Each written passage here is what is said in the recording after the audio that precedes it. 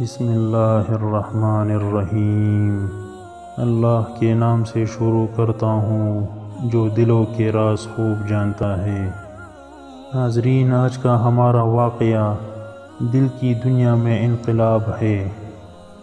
ایک بزرگ ولی اللہ نے شیخ ابو علی سینا سے فرمایا کہ تو نے علوم عقلیہ اور فلسفہ میں اپنی ساری عمر برباد کی، آخر کس مرتبہ تک پہنچا؟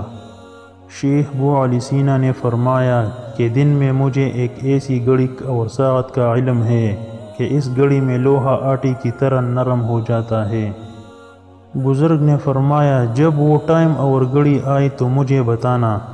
چنانچہ شیخ ابو علی سینا رحمہ اللہ نے وہ گھڑی بتا دی اور ہاتھ میں لوہا لے کر اس میں انگلی داخل کر دی۔ وہ ٹائم اور گھڑی گزر جانے پر اس بزرگ نے شیخ ابو علی سینا سے فرمایا کہ اب پھر اس طرح لوہے کے اندر انگلی داخل کرو۔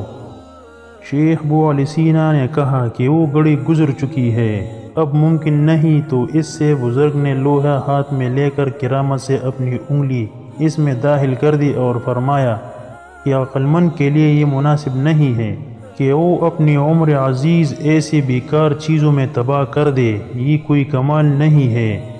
کمال یہ ہے کہ آخرت کے لیے بندہ محنت کرے اور اپنے اللہ کو راضی کر لے۔ شیخ ابو علی سینا اس سے بہت متاثر ہوا اور اس کی زندگی میں تبدیلی آ گئی۔ مرض الموت میں دل سے توبہ کی، اپنی مال فقراء پر صدقہ کیا اور اپنے تمام حقوق ادا کر دیے اور کثرت کے ساتھ تلاوت کرنے لگے۔ چنانچہ ہر تیسرے دن ایک قرآن کریم ختم کرتے تھے، اور جب اس کا انتقال ہوا تو صحیح بخاری شریف اس کے سینے پر پڑی تھی۔